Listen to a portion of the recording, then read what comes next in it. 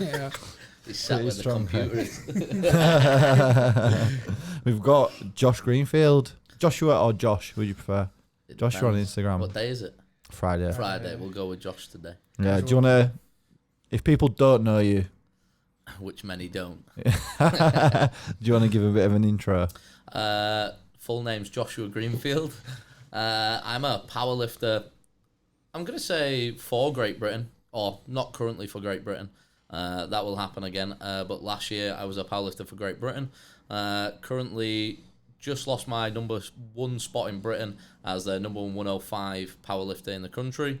I am the IPF under 105 squat world record holder too. And yeah, just... What was that world record?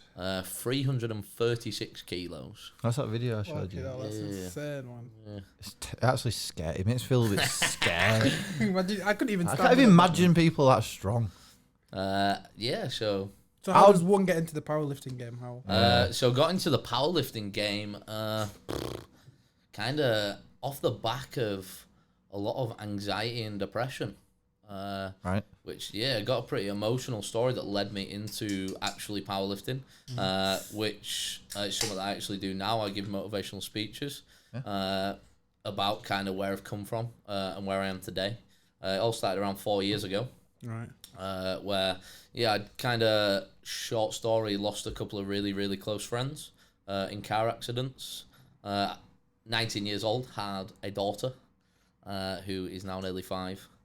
Had a daughter at 19 years old. Day we found out my ex-missus was pregnant. It was the day I lost one of my really, really close friends in a car accident. And then the day after she was born, I lost another really, really close friend in another car accident. Forced me into a downward spiral of depression to the point of where one day I was going to take my own life. And then I got help from the NHS. I got help from my dad. And I never really felt like anybody was there for me. And then I realised that my dad kind of was there for me and my family were there for me and stuff like that. Got help, made a few rational life decisions, probably a lot quicker than I should have done, i.e. leaving my partner at the time. Moved back in with my parents. Mum was cooking me food and stuff. And then I kind of started going out, drinking, stuff like that. I never did any kind of recreational drugs or anything like that. I was just going out and kind of having fun, trying to kind of forget about everything. And then one of my friends posted on the internet, he was doing a strongman competition. He was like, oh, somebody's pulled out this competition that we're competing in on Sunday. It's in Meanwood in Leeds, down below Crunch Gym. Anybody want to compete? I just started like lifting again in the gym. And I was like, do you know what? I'm going to comment on this. I'm going to see what comes of it. I was like, oh, I'll do it. And he messaged me straight away. I was like, right, you're in. Got to be at the gym at this time. These are the events. What was your like sports background before that? Were you lifting? Before that, I did mixed martial arts. Right. Wasn't very good at it. I was all right. Do you know what I mean? I could take a hammer in, but I couldn't give a hammer in. I've got the shortest arms ever. And then before that, I was playing rugby from like the age of about 5. I went to Prince Henry's Grammar School and I played in their academy there, which was fun. But once I got there, for me, this is where it all started for me, like kind of like the disappointment and like nobody backing me. Like I got there and I wanted to be the best in the country. I wanted to be a professional rugby player, and unfortunately I turned up and the guy who played the same position as me was loved by the coach, and the coach just kind of pushed me to one side for 2 years. Didn't really give me a shot. I was playing rugby before then. I'd been lifting weights since I was like, I don't know, 11 years old or something, 12 years old. I remember though, back then, just like a little local gym, because I grew up in the countryside. I used to go in there, I used to use the Smith machine. I just used to do bench, curls, and sprints. That's all I used to do back then. I was Sounds like the way you train. Yeah, curls for the girls. Sounds like sorry to cut you off, I just could not resist. So that's kind of how I started out, and then I left rugby, went over to New Zealand, played for a year out there, which was really, really cool. Oh, nice. Yeah, it was a completely different world. Sometimes I kind of think to myself, why the hell did I come back?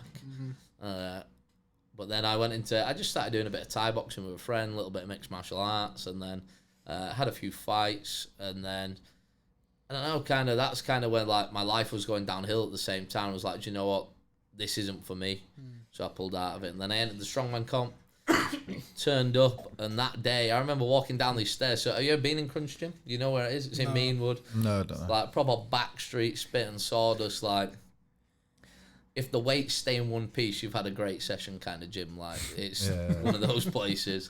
And I remember walking in, you walk down some stairs and like an old, like, I don't know, it looks like an underground car park below it. And I went down, and at that time, I was like 95, 96 kilos in body weight. So that's a good, like, now 20 kilos lighter than I am. And everybody was like 150, 160 kilos, you know, because it's strongman. And I was like, oh, what am I wasting my time for? But the first event was the squat, and I was like, oh, not squatted in 2 years, let's see what happens.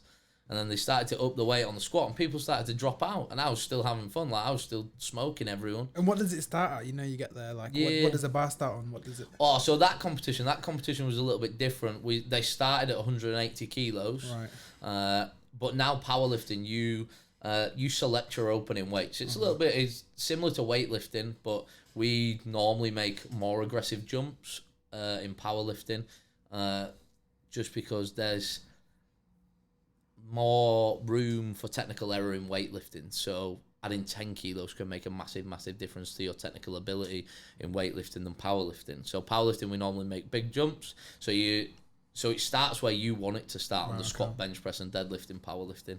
But that day, it started at 180, and they just added 10 kilos.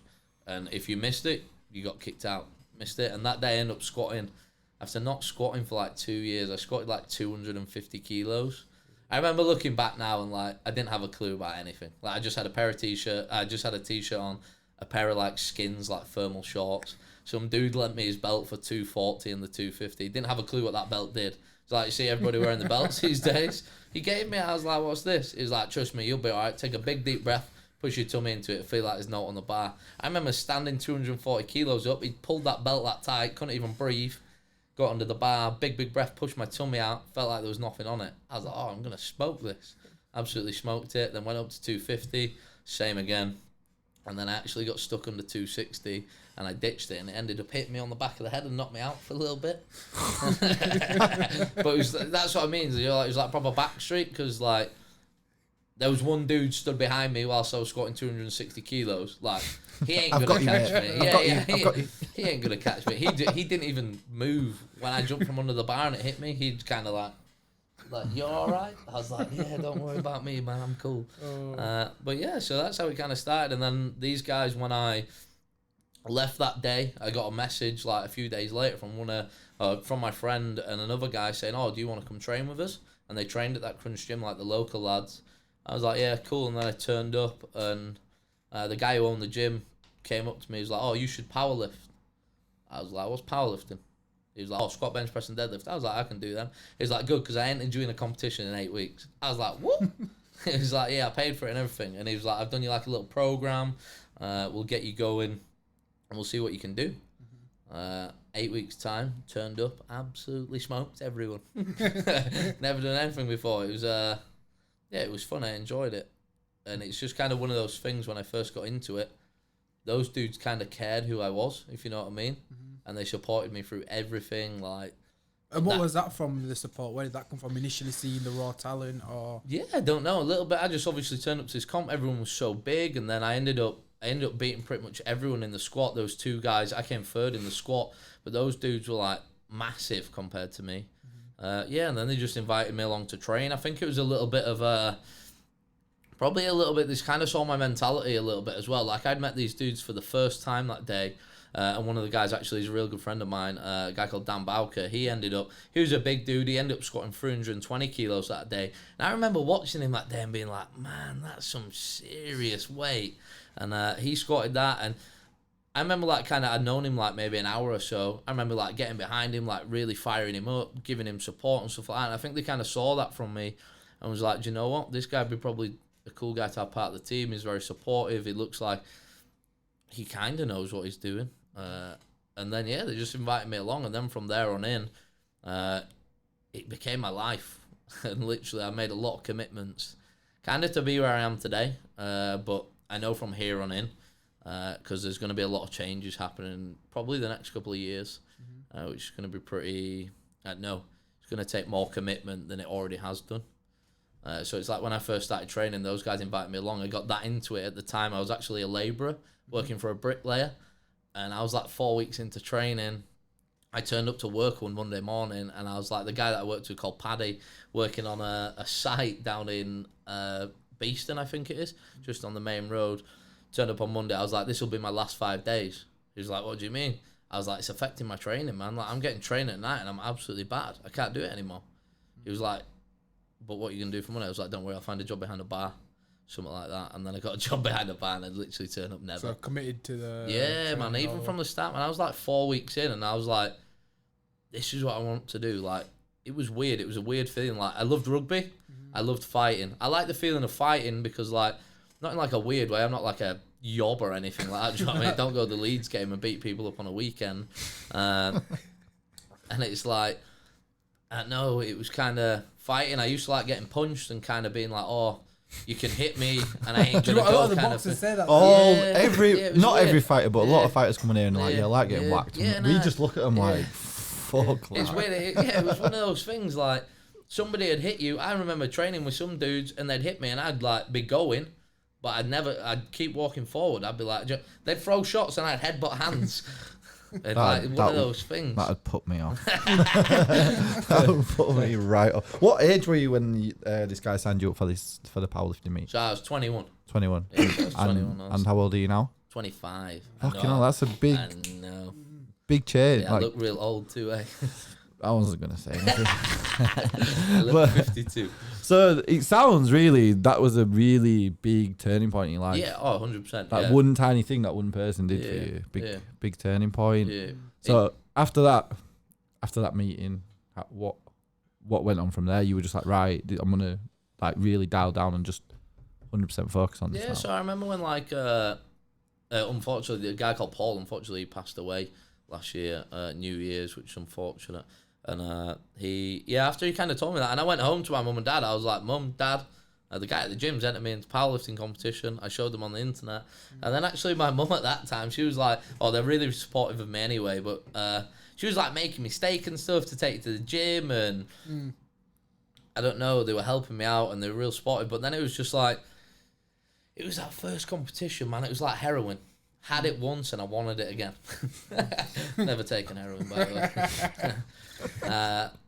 And it was kind of had it once and I just wanted to go again. And I remember that day at that first competition when I won and everyone was like, who is this dude? Because there was guys there taking like steroids and stuff. Like with some dudes, man, I walked in, I was like, whoa, he's jacked. Like he's lean, he's big, like everything. And I beat these guys and everyone was talking to me and I was like, where do I go from here? Like I want to get better. And there's a couple of lads there that were competing that I beat that day. And they were like doing nationals and stuff, like British Championships and stuff like that. And I turned up and I beat them. Like it was a Wilks competition. So Wilks is like body weight to weight lifted. It's a formula that determines who's the better lifter. It's like pound for pound. Yeah, kind of a little bit like that. And then it's but it favours certain weight classes. It's just actually in the IPF, so the International Powerlifting Federation, which is a federation that I'm part of. They've just brought in a new formula to make it more kind of fair across all weight categories. But this time, and I beat all these guys on Wilks and stuff. And then I remember going away and I was like, right, I need to find the next competition. I need to find this route to nationals. I need to get on a comp. And I found out the route and I spoke to a lot of people. I remember seeing like a competition that I could have got on to get to nationals that year, but I couldn't get on it because it was full. But I'm really, really glad that I didn't, because I was kind of in that mentality like, I want to win. That's all I want to do. I want to win. I win it. That's kind of the mentality. I was back in individual sport where I was actually pretty good at it. And I'm glad that I didn't actually get that slot on there, because then I would have gone to nationals and I wouldn't have won. I know I wouldn't have won because I know the guys that won it that year, and I knew that I wouldn't have beaten them. They carried too much experience and they were way out of my league. Like I just beaten these dudes, but these dudes weren't in a league that the top of the elite level. Yeah, pretty much kind of. They weren't there yet. They'd been the guys that I was looking at competing against. They were junior international lifters, and that's kind of the stage as well where I kind of saw all these records. I was like, oh, you break records in powerlifting. You do this, you do that, you do this. I remember finding them. I remember looking divisionally and stuff like that. And then I remember, do you know what? I'll just take a look at because I compete in 105 kilo category. I'll take a look on the International Powerlifting website and kind of see what the squat world record is, and like see what it's actually at. And at that time when I first read it, it was 331 kilos. I remember reading that it was held by a guy from Ukraine or Poland and somewhere, and he was a junior, and he had the junior world record and the open world record. And that was kind of, for me, that was like, I read that and I was like, a junior's done it, why can't I? Like, it's there for a reason. And I've got the ability. And at that time as well, I weren't even a great squatter. Like, when I first started out, that first competition, I squatted 235 kilos, like to proper depth and like in a belt. And I remember it moved okay, and I jumped to 250 kilos and it put me in the ground. Like, literally did. Like, I didn't even come out the bottom. Like, I hit the hole and that was it. Gravity took over and I was done. Yeah, but I remember seeing that and I was like, it just set me off from there, and competing was just, it's what I wanted to do, especially, Joe, within the sport of powerlifting. Like, I don't know, it's one of those things, it is very, very addictive, especially when you start to see results. I don't know, especially, and as well, because it's so big on Instagram and stuff like that as well these days. Yeah, it's getting big in Yeah. Sarah on the show. Cool as fuck to see someone doing something that's just, that you can't even comprehend. Like, when you say like 330 kg, Yeah. that's fucking stupid. Yeah, see that. That See, this is the weird thing, right? Do you see stupid. this? Like, I don't know. I don't see in my head That people, number intimidates the fuck out of me. Yeah, and see, I don't know. When I was looking at it and kind of I thought that, I was like, that's crazy weight, man. And then the weight started to go up, and I was like, this isn't even that far out of reach. But yeah, I don't know. It's weird. Like everybody says that, Joe, when they hear Must be a lot about of a it. mental game, isn't it? Oh yeah, 100%. Like, this is one of the hardest things about powerlifting.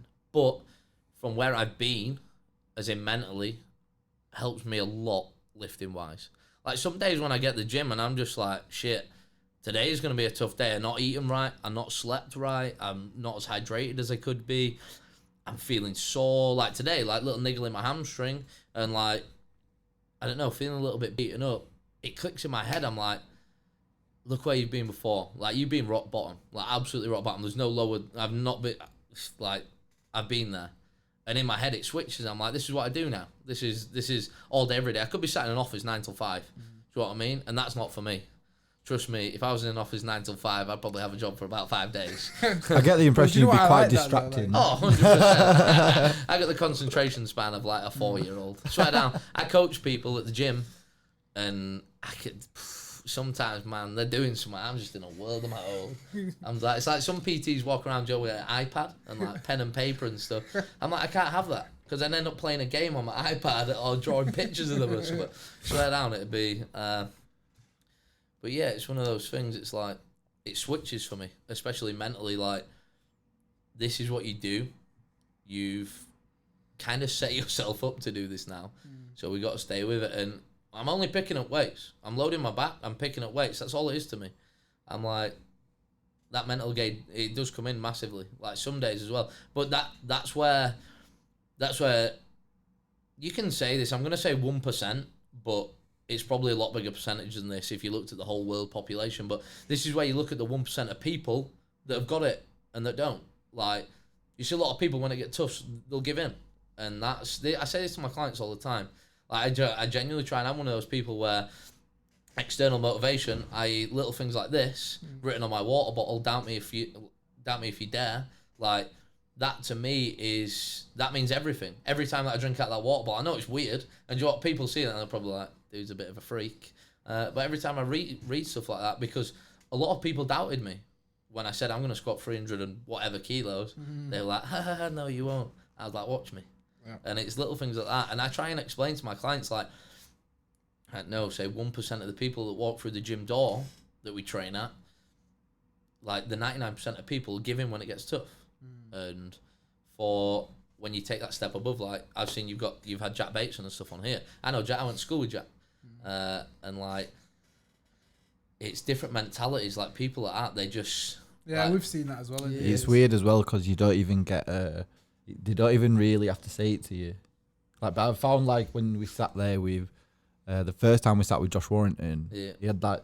He was like, "Oh yeah, you're never gonna stop. Like, there's no there's just a thing. It's weird. It's like it's not like an aura's a fucking cringy as fuck word, but it is like a weird vibe. That it's a vibe that you get from people, and you're like, there's no quitting you. It's and strange. if you want to be up there in whatever you're doing, you literally got to be like that. Need that mindset. Yeah, you do, and it's like the only time it ever changes is if your body tells you it needs to change. Like sometimes doing the work that's required is not required. Like if you know potentially there could be an injury risk, it's not required. It's not required. This is about longevity, especially in powerlifting, because of the weight that you're kind of putting and the stress that you're putting your joints under. This is about longevity. Like Monday, I squatted 340 kilos with my knees wrapped on Monday. Just in case you don't know, knees wrapped is where like you've got 2 to 2.5 meter knee wraps, which are like elastic, and you wrap them around your knees because the next competition that I'm doing is in knee wraps. You wrap them like, and it kind of assists you a little bit, but it's painful. Right. Like imagine trying to squat with something around your legs and like your whole legs are numb. And, like they're squeezing the life out of you. But it's like on Monday night, I squatted 340 and then I dropped down to 310 kilos and I did a set of 5. And like they were flying, but every time I hit the hole, so the bottom of the squat, the knee wrap was pinching something. That's where that bruise is from on the back of my leg, was pinching my tendon. And like, I know 99% of people would have got that pain and would have gone back after 1 rep. But in my head, I was like, this has to be done. This is the stimulus that I need. This is the work that's going to push me to where I want to be. And then afterwards like that, I was like, right.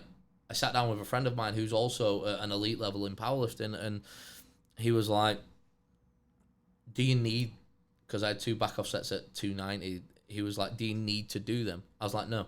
He was like, you're 14 weeks out. This is about longevity. This is about making the meat healthy and being able to be productive over the next 14 weeks. But I know that 1% of people that are out there and they're making it, that when the work has to be done, they'll do it no matter what. It doesn't matter what kind of pain you're in, how tired you are, how heavy you're breathing, how heavy your legs feel. They'll get it done. They'll get it done. Like literally, and that's genuinely what it takes. That kind of switching mindset. Well, that's what probably separates the 99 from that 1%. Yeah, 100% does. That's it. So that's the thing. I always think people always want to go on about like, oh, that guy's he's a motivated individual. Yeah. He won't be motivated every fucking day, but when he's not motivated, that's when it counts. That's the ones that make it past it. Like, I really don't want to go on this run. I really don't want to go spar, or I really don't want to do this meeting. But they're the ones that count. They're the ones that matter. They're the ones that change your life. They're the ones that have that compound effect. Because when you're motivated, shit's easy as fuck. And it's one of those things. If you I don't know, if the guys that you've already interviewed, so like the elite level athletes that you've already interviewed, if you sat us all in a room and you asked us about our lives, I bet you they're very, very similar. I bet you a lot of us have come from Summit to where we are now, or it's like, or our lifestyles would be very, very different. Like, we'll be in a very different sport, but they'll be very, very similar. Yeah, the traits are 1,000% transferable between everyone. It doesn't matter what sport you do. If you're at an elite level, things have to change. Like, I don't go out, I don't drink, I don't smoke, I don't do anything. I'm not gonna lie, I don't socialize very often. And then it's like people see me in the gym like, you're a weird guy, and it's like, yeah, because this is my downtime, this is my out, this is where I'm having fun, this is what I'm doing, because I don't go out on the weekend. I don't know. You've got to be a bit weird to want to put yourself under 400 kgs of fucking weight. That could just cripple you. Head or anything, right? Yeah, exactly. Yeah, you've got to be. Exactly. To do that sort of thing, you've got to have that kind of Venn diagram of ambition and a little bit of got to be a little bit. There's got to be something fucking missing at times. See, that's what to go to places where people don't want to go. That's what everybody says about elite level powerlifters. To load your back. So one of the numbers on my bottle right here is 400 kilos. Next competition, I'm going to squat 400 kilos. I put my money on it. Like, I'm going to squat 400. And that's not me being arrogant. That's me just being confident. Like, I know that it's there. I know that's going to happen. And a lot of people say this, like the elite level lifters to, if we look at a friend and a powerlifter in the same federation, me, Ray Williams, you've probably seen this guy on the internet. He squats like 490 kilos in a pair of knee sleeves. So exactly the same way as I do. He weighs like 180 kilos and he squats like 490 kilos or something. And he's going to squat 500 kilos. And like, when you look at it like that, to put that kind of weight on as well and to walk it backwards So to take a couple of steps with that kind of weight, that's the same. Say for me, like when I squatted 336 was 3.25 my body weight. So to kind of walk out with that and have that kind of compressed on your spine and like, something goes wrong. Like I just seen a video going viral on the internet. Some dude squatting 250 and his leg breaks. And so everybody's sending me that on like Instagram, and I'm like, can we stop sending me that? I've got to walk out those kind of weights at the weekend. You know what I mean? I've got to do this, and you're sending me a video of some dude breaking his legs. Yeah, you don't want that at the back of your mind. Yeah. But I wanted to ask you, do you know, with fitting powerlifting around your lifestyle and being able to find a job around it and sustain yourself, how have you been able to do that?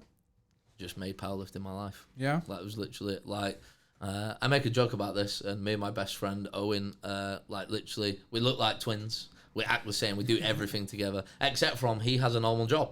Owen is a talented powerlifter. He's a good powerlifter. He's nationally good, divisionally very, very good, and he's a great powerlifter. And like we joke about this, he has a real job. I don't have a real job. I teach people how to get strong. I coach people online, so from all over the UK, all over the world. And I do like all their online programming and coaching and stuff like that. So I've kind of developed my one-to-one ability, say IEPT, and then my online coaching business that allows me to lift full-time. I'm fortunate that not many powerlifters have monetary sponsors, and I'm very, very fortunate that I have one of those, which is aiding me to lift more full-time than I already am. Like if I didn't have that, I'd have to do more work. I'd have to do more one-to-one coaching. I'd have to market my online coaching a lot more than I do now. I'd have to kind of push that a little bit more. But if you ask me what my job is, I'll tell you I coach, but I'm a full-time powerlifter. Like this is my life. Day in, day out, everything that I do revolves around powerlifting. Some days I have 3 naps. You know, but I think that's sick though, man. Now you've found powerlifting, then you've created your life around it. Yeah. Powerlifting kind of found you, didn't it? Yeah, actually did. Kind of weird. Like you just stumbled across it on Facebook. Forced onto it. Yeah. And this guy's like, "Oh, you're actually good, mate. So you've signed up." Yeah. It's like some movie shit, isn't it? Yeah. And it was one of those things. It did kind of find me, and I don't know, I'm kind of glad it did. It really, really did. It helped me a lot mentally. It took me out of a real weird place that I was in at the time. And as well, it's helped me. Like, I'm one of those people as well, like, I'll help anyone. Like, it doesn't matter who you are, where you're from, how strong you are. You want help, or you want me to help you, as if, like, you want me to spot you. So, I don't know, if you're in the gym and you're benching, and you're like, Josh, can I have a spot? I ain't going to go, no. Like, I could be going crazy, headbutting the bar, about to squat, I don't know, 360 kilos or whatever. But if you was like, oh, can I get a spot? I'd be like, yeah, cool. Or if you're like, Josh, my bench ain't feeling that good today, can I get a few tips? I'd help you. Like I sat and talked yesterday, mid-session, to a guy for like 30 minutes in the gym. And he was asking me about stuff. And then he was like, oh, you can do your set if you like. I was like, all right, don't worry. Don't worry, I got time. I don't do anything else except from this. I'm trying to drag this session out as it is. So he's like, yeah, I'm one of those people where like people help me, so I'll help them. But yeah, I don't know. It's kind of one of those things. You see people though, which really, really annoys me. I've witnessed it myself because I used to be a fanboy of powerlifters. So I used to be a real big fan of a guy called Steve Emanuel. He was a guy from the UK who broke the under 105 squat world record.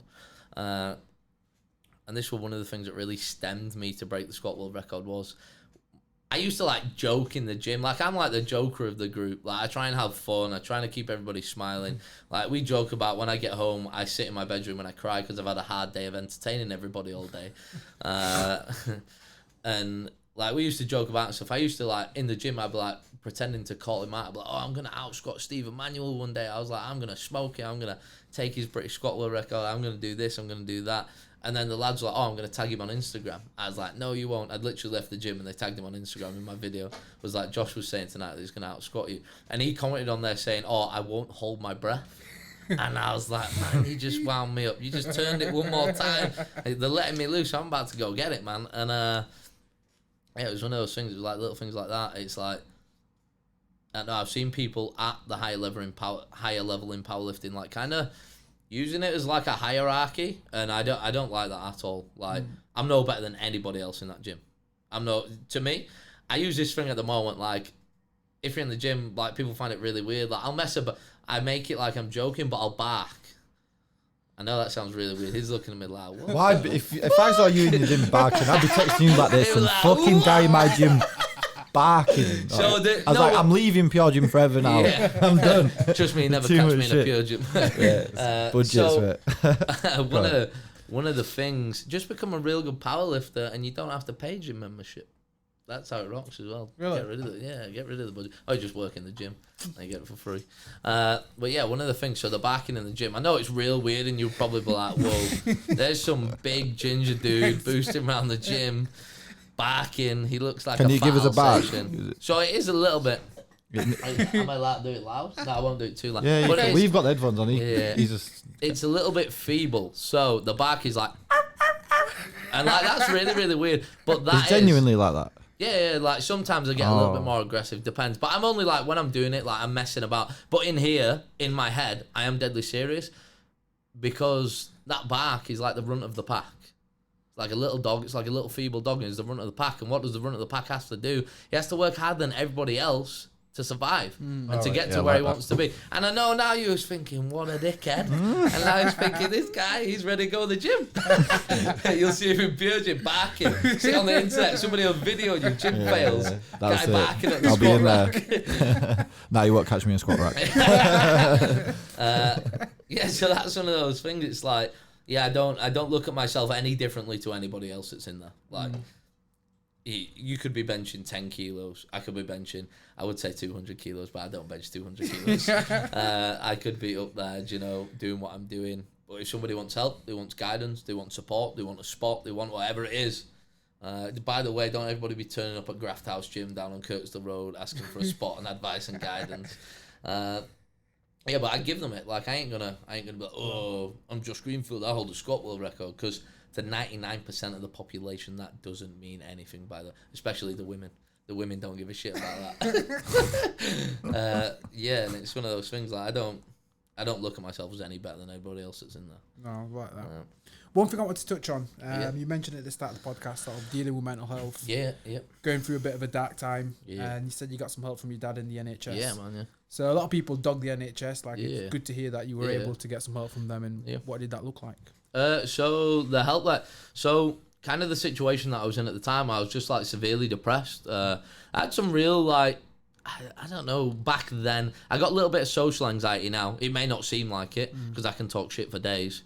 But like, if this is one of the reasons why I don't go out, do you like on nights out? Social anxiety just flares up. And because I don't drink, it's one of those things like, I feel real uncomfortable. My feet feel like they're full of lead and like I can't move. My heart races, I start to sweat and stuff. So I just don't put myself in that situation. Like, I know people will be like, oh, make yourself uncomfortable to become more comfortable. Like, fuck that. Like, I ain't doing that. Like, well, that's it for you see now. Yeah. Oh, and I hate people as well. Like, people, I don't even like people anymore.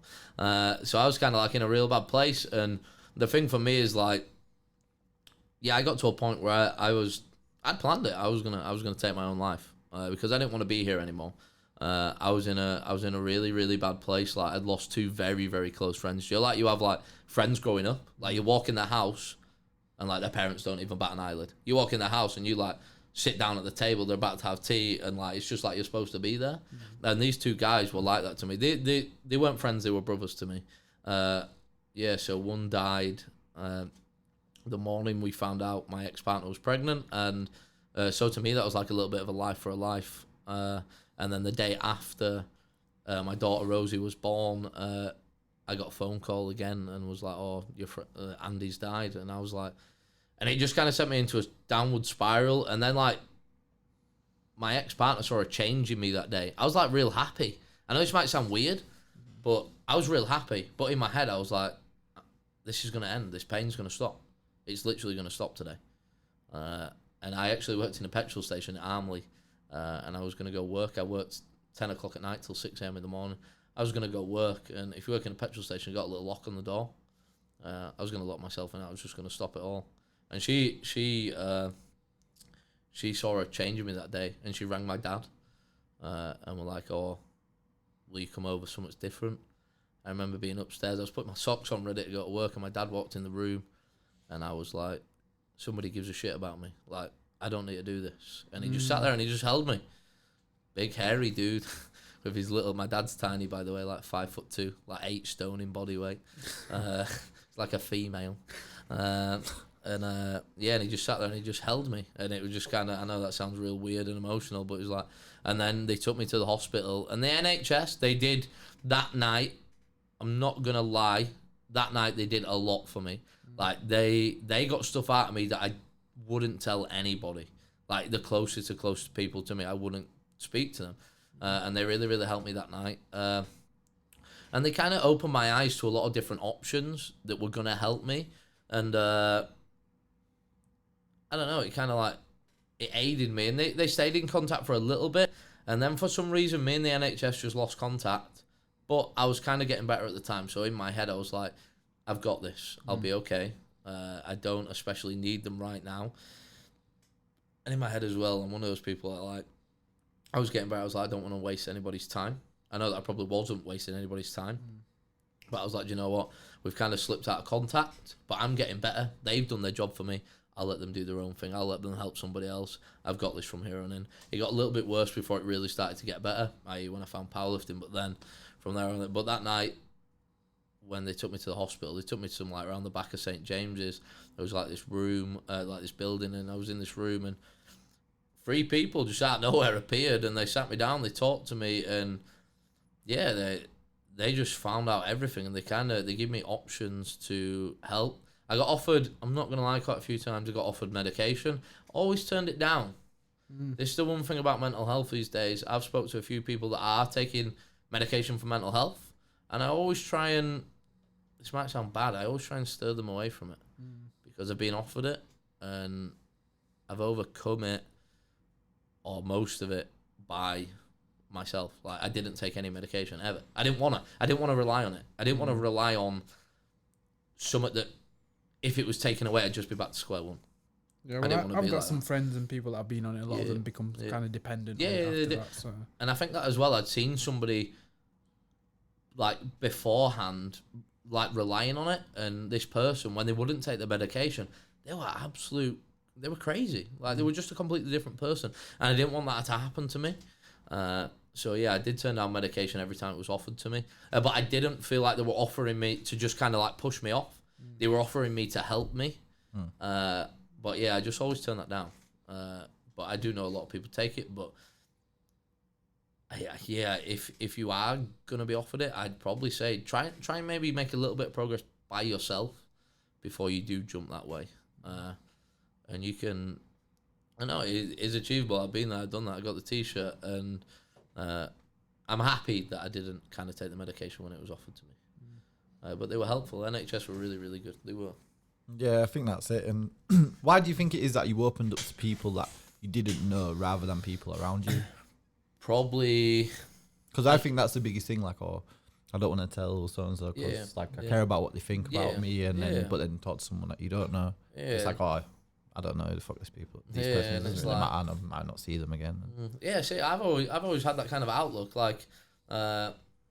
Like if you stood me up in front of a room and you were like, I want you to give a talk, I want you to do this, I want you to sing, I want you to do this. It's a room full of people. In my head, I'm like, I'm probably never going to see these people again. You know what? They can say what they like about me. Once I'm gone, I'm gone. They ain't going to see me. I ain't going to say them. I ain't going to see them. So it's kind of, and in my head that clicks. And these people, I don't know.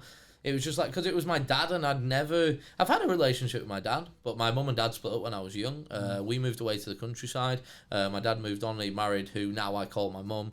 And like we're really, really close, and we speak. I don't see them as much as I should do, but that's just because I live here. They live just out towards Selby, and just being busy with training and stuff like that.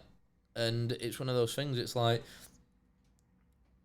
no, I didn't want to talk to the people who are close to me, because I was probably scared of how they judge me, or they wouldn't think that I was telling the truth, and they didn't. And in my head, I was probably like, they're probably just going to be like, he's making it up, like. He ain't depressed, he ain't got anxiety, he ain't got mental health issues. But I genuinely did, and it was one of those things. It's like, I know, it's like sometimes with the social anxiety these days, in my head, I'm like, when I tell people, I think, they're probably sat there thinking, he's talking absolute shit. But it's like one of the worst feelings ever. It's a weird feeling, and that's probably why I didn't speak to anyone, because I thought they wouldn't believe me. But then these people, they're professionals in that industry. They deal with people like this all day, every day, and they know that it's real, and they know that mental health is a massive issue, and it unfortunately it's only getting worse, but it is getting addressed at the moment. And like I like that people are helping people, and I've been involved with organisations and stuff that do help people, and it's a lot more open, isn't it? Yeah, I think it's just a lot more.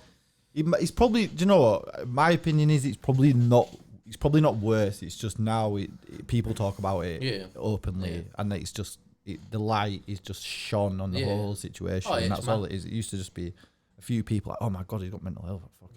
Now it's just like everyone's like on board, like I've got mental health is why people have it. Yeah. And now most people have it, like about anything, no matter how big or small. I get anxious when I fucking fly or whatever. Like if I'm the worst for like listening out for like the little fucking noises outside, and then I have to like check myself and be like, but if the engine goes off, James, are you going to be able to fucking fly this plane? No, so chill the fuck out. I read a meme the other day that was like, silly.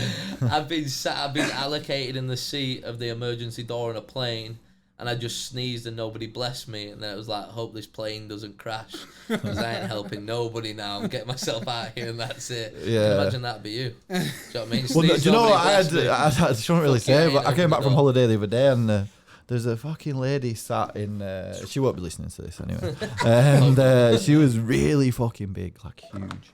And I was like, and she was sat on one of the emergency roads. I was sat by the door, and I was like, well, I'm the first out, so I'm all right. But if you're the third out, she wouldn't have got through that door. And I was like, you should wait last, really, because you're gonna plug that door, and everyone else is fucked. But that's all I could think about. I was like, down the slide. God, it comes out. She won't get out the door, man. She was really big, really massive. Yeah. Oh my god. So I've seen little things like that as well. Like last year, my dad came to the World Championships in Canada with me. My dad won't mind me saying this because he's now got a lot better from it. He had real bad claustrophobia. Like I've seen my dad. My dad at one point had one of those big Audi Q7 things, and my mum said she was going to drive back from the restaurant one night, and then my dad got in the back. There's like two seats in like the back bit behind the seats, right. And my dad was like, didn't think about it, and he got back in there with my sister's little boy. He was like 3 or something, and swear down, as soon as that seat, Joe, shut back, I've never seen a little midget dude climb over some seats so fast in my life, swear down. And I took him on that plane, and he was so, like, we got like 100 miles away from Gatwick Airport, and like he was starting to sweat, and he was like in pieces. But we got him on the plane. I was kind of like, I didn't coach him for it, but he used to do, like, my dad's one of those dudes, a little bit like me, like, he loves to entertain a little bit, and he's just a little bit of a weirdo. And like he used to have a Vauxhall VXR. Do you remember those cars? Little tiny sports car. What he'd do, he'd park it in the garage. He'd get in, and he'd like have the door like nearly shut, and he'd be in there. But because he'd get claustrophobic, or he'd go outside and he'd climb in the back of the car, and he'd shut the door in there, and he'd sit there and see how long he could stay in there for, just because he tried to overcome it. But now he's overcome it. He went to see some like psychologist woman, and he's now completely over it. But it's like the little things. Why like managed that. to get over the claustrophobia? Yeah, nah. He's saying now, like, you go around to the house, and I was like, oh, how's work been? He was like, oh, brilliant. Went in a toilet the other day. Like, he'd go to Joe, like, he's a fireplace specialist, so he goes in people's houses every day, and he'll go to them, oh, can I use the toilet? And they're like, yeah. And if the toilet's too little, he won't go in it. He'll hold it all day till he gets home. Like, and he said he'll go around and be like, oh, went to somebody's house the other day, they had a tiny toilet, went to the toilet, and then I stayed in there for a few minutes just to make sure I'm still over the claustrophobia. But it's like little things like that, people just laugh at. I used to take the piss out of him all the time. He needs to be careful with that, though, because people are going to think he's shitting in their house. Yeah, oh yeah, trust me, he's one of those. There's a window of time where you gotta be fast. They're sometimes now. In and out, and that's fucking disrespectful if you've just been there the first day. Jesus. Yeah, but he'd do stuff like that, and it's like the tiny things where it is funny because like I've seen him react how he reacts so in a small space, and like, I used to laugh and I'd take the piss out of him and stuff. I'd be like, you don't watch your mouth, I'll lock you in the cupboard over there, and I'll send you into a little. Because I'm big and I'm strong and I can. Yeah, and it's like look, but most people kind of look at that and they'll be like, oh, and they'll just overlook it as a mental health issue. But like that was really, really big for him. Like he couldn't do certain stuff. Like he works with chimneys and stuff. He wouldn't be able to do part of his job because if he got in a tight enclosed space, that'd be it. He couldn't do it. And like holding a shit all day at work because you daren't go to the toilet because the toilet's small, that's going to be playing with his bowels and stuff. Do you know what I mean? Digestive system's going to be in bits, bless him. But it's like people like that, they overlook the little parts of mental health. But I think it is as well that happens because there's a lot of people out there these days sugarcoating their mental health issues like that they have. Do you know what I mean? Like these days everybody has something wrong with them, especially if you're on Instagram. Like, yeah, that's what we've kind of. Yeah, it's do you know? But the thing is, it's a touchy subject. Yeah. Like, yeah, how do you call someone out on that without looking like a proper? yeah, knob? you just don't say names. But it's like one of those things. Like everybody, and don't matter what it is, where they're from, what they do. They had a mental health problem, and they ain't scared about airing it on the internet. But then people will be like, oh, this and this. I'm body conscious. 2 days later, all it is their booty on their Instagram. Do you know what I mean? Yeah. I'm conscious this is getting loads of likes. Yeah, do you know what I mean? Well, and it's crazy. It's like little things like that. But that's why I think that part of it. So all those people, they could have mental health problems. I'm not saying that they don't. You have to assume that they do. Yeah, I think that's 100%. Safe, yeah, that was it. Yeah, that's playing it very safe. And yeah, they probably do, but they're probably making it out to be a lot worse than it is for the likes. I know that sounds pretty shit, but we do a lot of things for likes these days. Yeah, you were telling us off the mic about that. Cover yourself in barbecue sauce. If any of my Instagram followers are watching, they probably remember that video. I remember it because I looked disgusting as well. I'd been eating pizza for like 4 weeks. It's even worse. I don't even like barbecue sauce. It just really puts me off. Yeah, it's like the worst combo ever. Like some big naked man covered in barbecue sauce. Nightmares later. Oh man. Yeah. So with like lifestyle hacks. Yeah. So writing on your bottle. Yeah. Listening to podcasts, opening your mind, doing mindfulness. Is there anything that you've kind of put into your life that keep you in the chill zone? And what got you into that? What got me into what? Writing stuff, like affirming it in your mind. What got you into that? Because you don't just... Because that is actually people don't just do that. That's like affirming stuff within your mind Yeah. subconsciously. Yeah. So probably... I don't know, one of the first times I actually seen this was by Ray Williams, but it was a little bit different. He... every 1,000-pound squat he does, so that's like 460 odd kilos, he has it on the inside of his belt and he marks it off. And that was like, to him, it was like just reminding me every time he puts that belt on, how many times he squatted 1,000 pounds, and it's go time. It's like from there on in. And then it's actually, you'll probably seen it on Netflix, the Conor McGregor documentary. Yeah. The weird thing is, I've watched that documentary a lot of times, but I pick up on everything that he does, everything little that he does. If you watch the Conor McGregor documentary, you go on there, every time he leaves for a fight, he's got a cup in his hand. Everything. OCD, everything's the same. Every day is the same. Every time he leaves for a fight, he's got a mug in his hand. And he does. If you watch it back, you'll be like, you're going to ring me and be like, Josh, he does as well. He does, he watched it. And he has a water jug, so he has like just a normal water jug. He couldn't afford the Alpha bottle. So I mean, $11.99 this off Amazon. Needs to sell some more whiskey. Yeah, he does. So I thought he needs to fight again. We need some entertainment. And he has on there, before he was world champion, he had world champ written on it. And I know that's one thing to me. I was like, do you know what? Drinking out of that bottle every day and seeing that, it pushed me a little bit. And this saying that I made up myself, doubt me, I dare you, is literally because so many people doubted me. I wouldn't say it to them, but in my head, I'd be like, you just fucked up. Like, don't tell me I can't do something. Like, don't do that, because I'll prove you wrong. If it kills me, I'll prove you wrong. Like, so many people, one of the big moments for me, especially like linking this saying to a moment in my lifting career, was as a junior, I remember the first time I went to nationals, I wanted to win. Like, I was hungry for it. And I lost. I came second. It's probably one of the best things that happened to me, because next nationals, I remember turning around to people. I was like, I posted on the internet. I was like, I'm going to total 800 kilos. And 800 kilos as a junior 105, I was breaking the total record by like 50-something kilos. People don't do that. And it's like, I was going to break my own squat record by like 30-odd kilos. And like breaking records by that much, it's not seen that often. And I remember turning around and being like, I'm going to total 800 kilos and I'm going to squat a minimum of 320 kilos. Then I'm going to go hunt down that squat world record. And swear, I've had people message me on Instagram saying, do you know what, when you said, like, obviously don't do it now because that'd be a bit weird, but like after that competition happened, I totaled 800 kilos and I beat second place by 50 odd kilos. I had people message me on Instagram and be like, I didn't think you'd do it. Like, I thought you were just like giving it the big one. Like, I don't give it the big ones, I don't back it up, kind of thing. Like, it's one of those things. And that's where in my head I was like, do you know what? I said this on another podcast that I did. I And I was like, doubt me, I dare you. And I wrote it on the bottle. This is a pretty new bottle, but I've done it before with other things.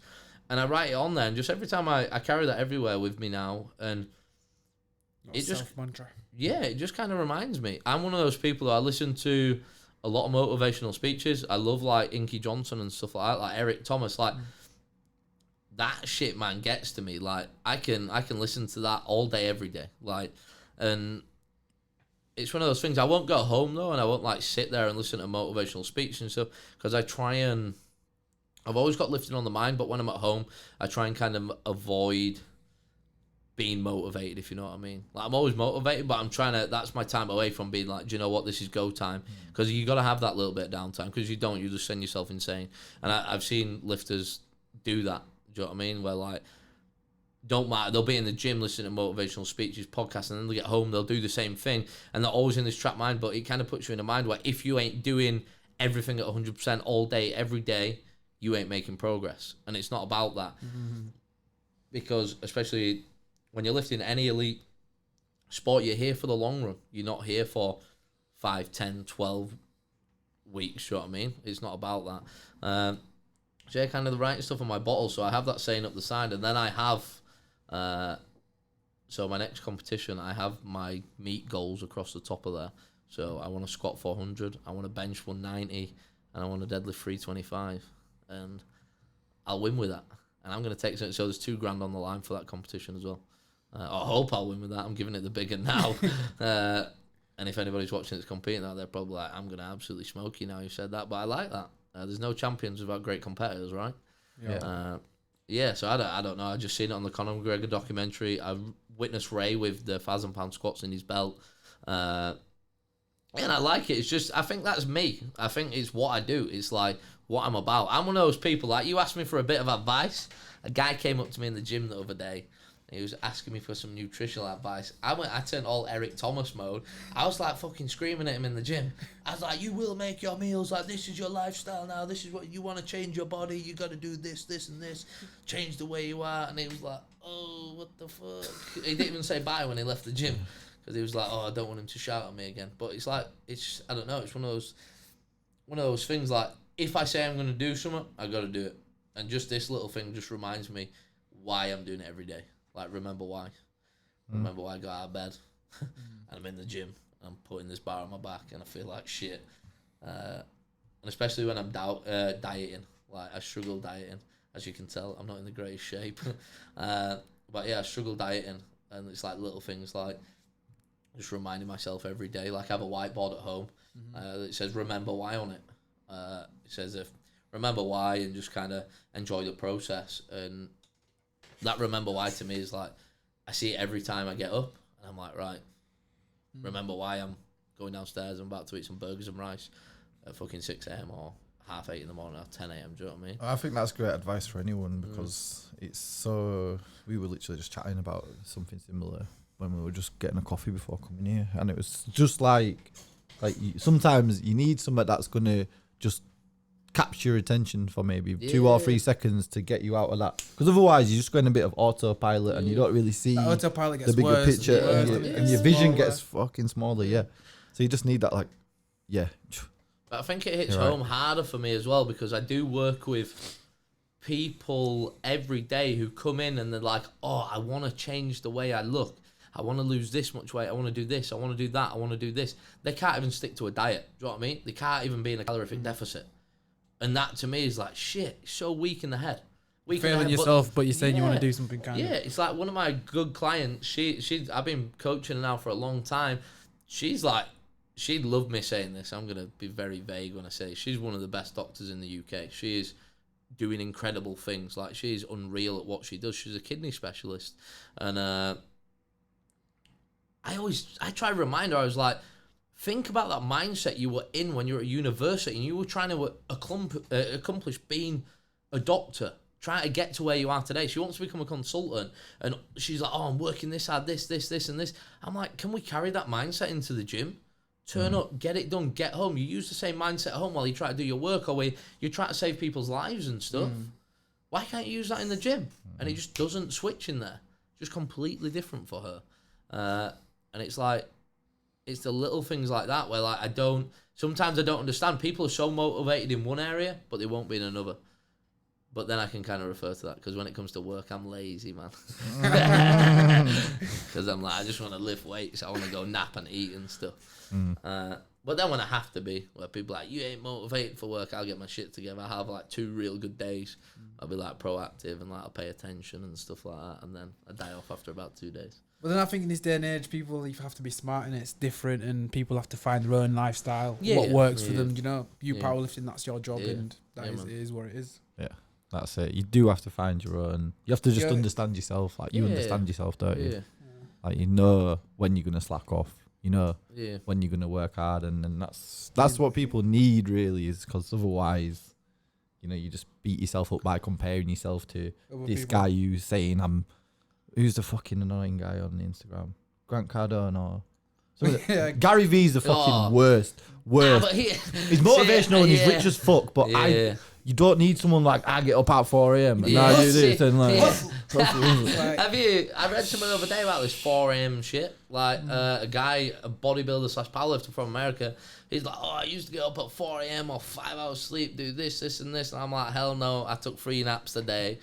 You can fuck off. I always think the getting up 7, early, 8 hours sleep. Yeah, the getting up early thing is just like, I think that's just another one. Like, you've got the mindset to get up and fucking squat crazy weight, but to be able to get up to have that discipline sometimes, it's just like doing something you don't want to do. It's like one of those things as well. If I can read that, but I can't relate to it, I don't need to get up at 4 a.m. to go do. Well, this was about cardio. Yeah, do you know what I mean? It's like I don't need to get up at 4 a.m. and do cardio. I'm happy with being fat. Do you know what I mean? Somebody will love me one day for who I am. And it's like I don't need to do that, so I can't relate to it. But if I can relate to it, it really hits home with me. It really, really does. And that's why I like the Inky Johnson stuff, and I listen to a lot of his motivational speeches. Just because we can't relate massively, because he obviously went on and played like pretty much NFL and stuff like that, and lived in a 3-bedroom home with the 14 of us. He actually quotes that in his speeches and stuff, and it's like, do you know what I mean? I can't relate to that because he didn't live in a 3-bedroom home with 14 people living in it, but he came from nothing to trying to be something, and I don't know, in my head that clicked for me a little bit. I'm like, do you know what? I just started off as some dude who was a little bit strong. Like Inky Johnson, he carries some genetics, obviously, and he was spotted and then fortunately had a real bad accident. And if I can relate to it, it's one of those things where I really click into it and like, I know I'm about that. And it's like the Conor McGregor thing where he writes on his bottle. I'm like, do you know what? I can do that. I've got a marker pen at home. I can buy a clear bottle. I can write on it. It's going to remind me every day. It's doing something for him, so it's going to do something for me.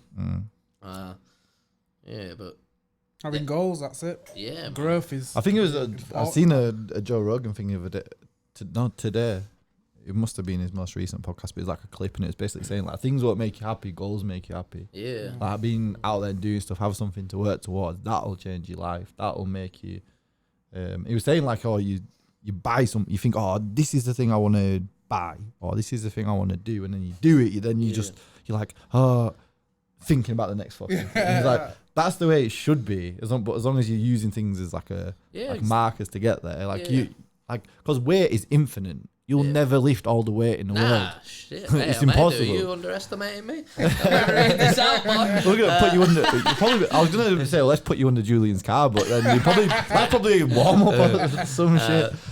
But what I'm getting at is there's always going to be something to strive for. There's always going to be a little bit more.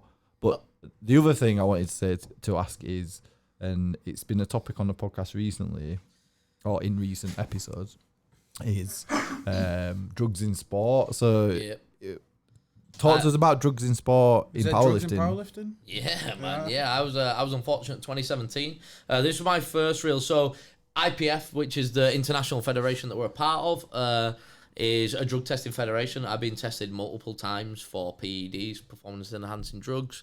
And in 2017 at the World Championships in Belarus, I took home a bronze squat medal, which was pretty cool. My first it was my first international medal, which was pretty cool. And then about 12 weeks post Worlds, the guy who actually won our category and won the gold medal in the squat got caught using Trembolone. So he'd been taking anabolic steroids. but I didn't because of the time that he was tested. I never received my silver medal. The guy that came second in the squat never received his gold medal. And unfortunately, the guy who would have took the gold medal home in the squat, he would have won overall as well. But because of the time that he was tested, he was never stripped of his world title, and we never received our medals. It's down to the finer details that why they can't take it away from him and stuff like that. But yeah, that was my first real encounter with it. I've seen some crazy drugs in sports. I've seen a guy not so long ago in the British powerlifting got banned for a year for cocaine. Is that going to benefit you? So obviously, you got to think though. But I was thinking if a boxer's taking cocaine and they ban him, why? You ain't benefiting him at all. Like, more fool you, mate. I think. But what before lifting? Yeah, I think. You just, do you know what I mean as well? Like, John, someone out there, if you have done cocaine before lifting weights, let us know how you got on. Yeah, how is that? Probably happens in Pure Gym. Yeah, 100%. But the guys who are in Pure Gym, they're probably running off the weekend's worth of cocaine. Yeah. And it's Thursday. And it's one of those things, it's like, there are drugs in powerlifting. I am happy to say, I actually did an Instagram post on this not so long ago. People that are using drugs in sports are ones that kind of try and reinforce to everybody else that they're not taking drugs. But I'm happy to say that I've never used an anabolic steroid. I've never used a PED. I've never used anything to enhance my performance, any way, shape, or form. And I can say at this moment in time, I don't want to either, if you know what I mean. And I always say true to myself because I've been a part of it. I've been denied earlier success in my career in my powerlifting. So a guy from America, he did this and he denied me of a silver medal, and kind of that was really annoying at the time because I was like, shit, silver's way better than bronze, man. And I was denied of that. It's one of those things I've always said, if I am going to use, I will come away from the tested side of things. I would never, ever try to cheat somebody of their hard work. Do you know what I mean? Like, they're working hard as a natural athletes. It makes a difference.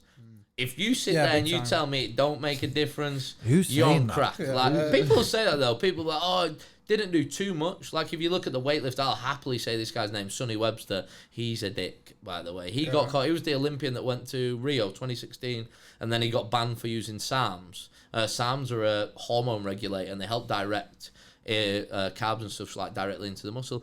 Like, they come out and they're like, oh, I weren't even taking it. That just doesn't fall in your cereal. Do you know what I mean? Like, and I hate people like that. That genuinely winds me up. A girl in powerlifting got banned in Canada. She claimed that SARMs were in her creatine. Like, if you're getting $50 supplements dropped in $10 supplements, I'm getting to Canada, I'm getting me some cheap steroids. You know what I mean? I'm going to be massive. I'll get me a girlfriend too at the same time. But yeah, it happens. But I've heard people out there, oh, don't mate, you still got to work hard on steroids, but you're given an advantage. It makes you stronger. Yeah, it does, yeah. Especially the steroids out there that, like, they do so much strength-wise. You got to think, if we look at steroids, they're helping us recover faster.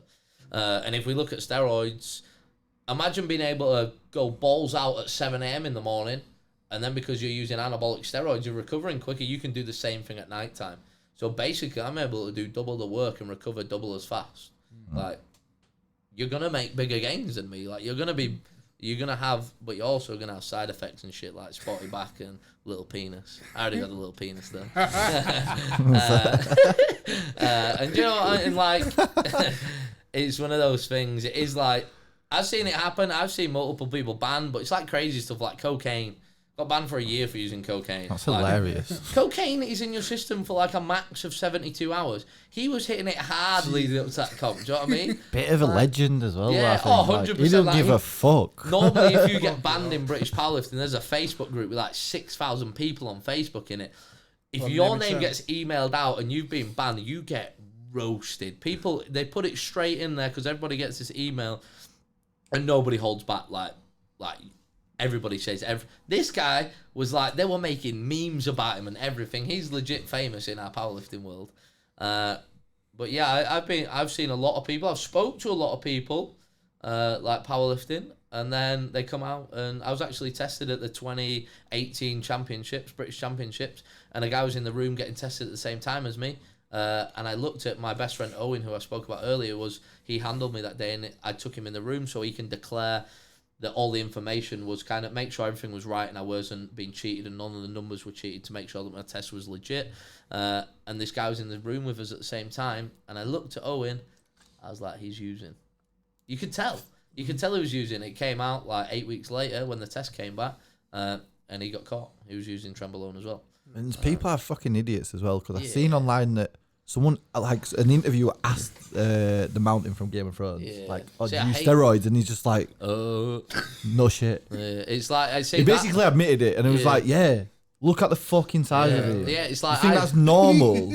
Or he just woke up like that? When people say that as well, they go, oh, do the strongmen take steroids? Fuck, what do you mean? It literally has the most, that is the sport it has the most benefit. Oh yeah, 100%. Out of any sport, that's because the weight's unlimited. It's crazy, and it's like those kind of sports as well. Like, if you're naive enough to think that strongmen are natural, like, you're fucking backwards, man. Like, look at the size of the Mountain. The Mountain's like, he's taller than LeBron James, and he also weighs 445 pounds. Like, there's some big humans in this world, but nobody is, because he ain't even fat either. See that picture of him with a normal mug, and it looked like an espresso mug? Yeah. How fucked up is that? It's a normal cup. Yeah, and it's like, it's little things like that. But like when he did that interview and he admitted that he'd been using steroids, which really pisses me off, not that he was using steroids, because he's allowed. Do you know what I mean? There's no testing. But then they went on and they were like, oh, are you using steroids now? And he was like, no comment. Like, bullshit. Just answer the question. Yeah. Like, if I was using steroids here and you asked me, you're like, I'd happily sit here and talk about it. Like a guy that's internet famous. You've seen a guy called Larry Wheels?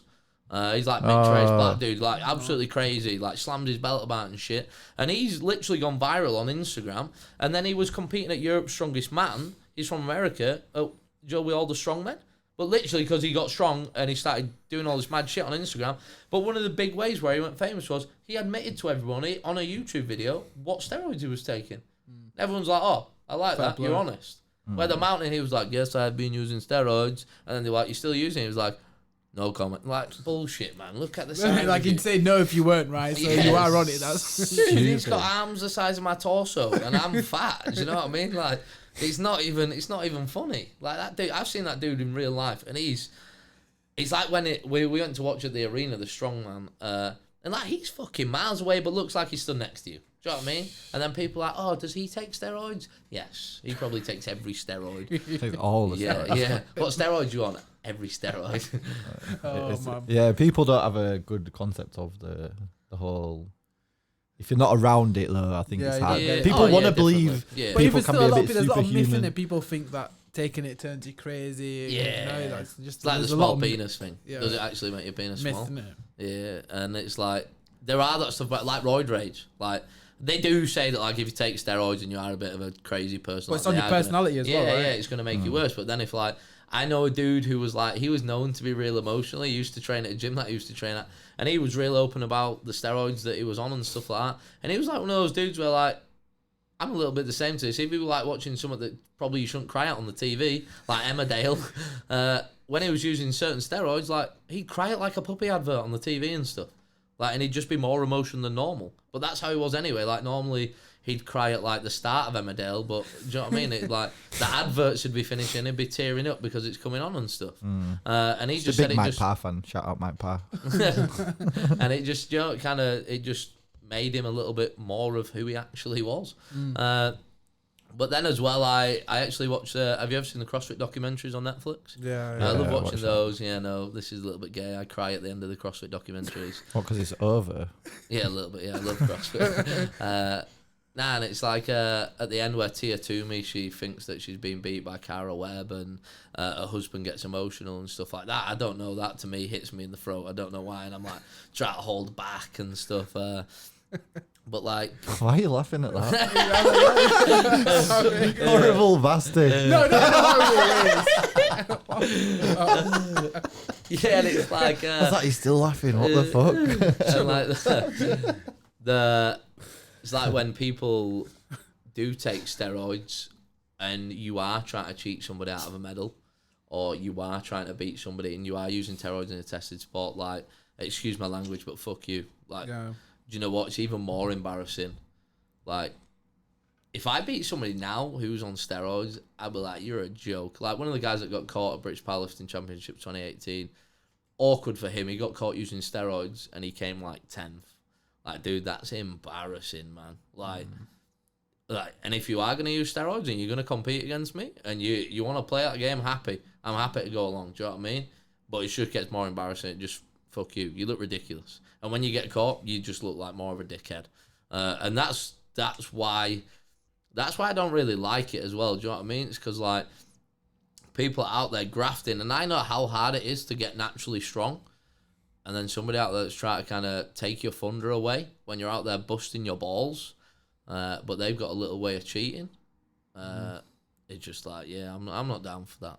That's why I just seen Sonny Webster at Body Power, and I was not holding back at shouting abuse at him, man. Like, literally, that guy had a group of people around him. I was like, Sonny, Samo, Webster, and everyone was looking at me. I was like, fuck that guy. Like, he's a cheat. Why are we putting a drug cheat who was representing our country, our nation at the Olympics? Why are we putting a drug cheat at a fitness expo? Like, why are we allowing him to be there? We know he cheated. We know he used drugs. He's not a great example for the fitness industry. Guy's a dick. Like, that's it. So much of it now going on in boxing, isn't there? Yeah. Yeah. Like, big time, and I don't know, the consequences around it are so small, like a 6-month ban, a year ban. Yeah, it's like the NFL's so bad for it. You get caught using anabolic steroids in the NFL, 4-game ban. Gee, I'm getting paid millions to sit at home and take some more steroids for 4 games. I'm going to cycle on, cycle off, play a game, I'm going to get paid more. Like, that's ridiculous.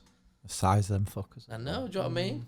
Nobody ever seen a dude the size of half our Björnsson, the 4, run 40 metres in 5 seconds, do you know what I mean? Those dudes, they're juicing, but they get a 4-game ban.